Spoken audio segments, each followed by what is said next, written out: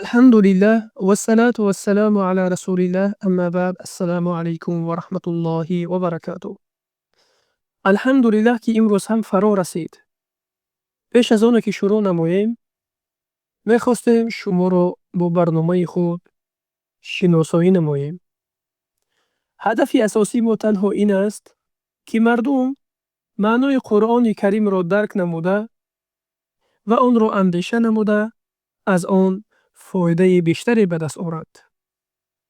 اینچنین ما کوشش میکنیم که در صحیفه های خود صدای قاریان معروف و معتبر را استفاده بریم تا که شمایان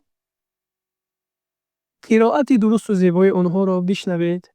همزمان هر یکی ما می توانیم خوانش سوره های خود را که در نماز خوانده می شود اصلاح نماییم، البته اگر خطاگی داشته باشد.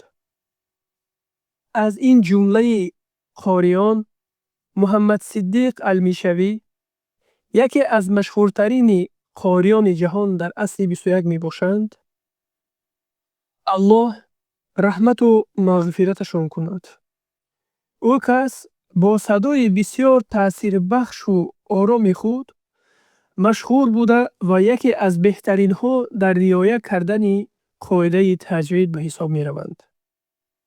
تا امروز میلیون ها آدمان در جهان تلاوت ایشان را استفاده می برند. همزمان در این برنامه ما ترجمه قرآن کریم که در شهر مدینه منوره ترجمه و چاپ شده است استفاده خواهیم برد. این ترجمه درست و خیلی عادی و روشن است. برای فهمیدن معنای آیات ها محض این را انتخاب کردیم. انشاءالله آهسته آهسته آیت به آیت سوره به سوره ترجمه کرده به سمع شما پیشنهاد خواهیم کرد. از شما خواهش ما این است که در پهن کردن این عمل خیر ما را دستگیری کنید و سمع خود را گذارید و فراموش نکنید که همه عمل های ما وابسته از نیت ما است.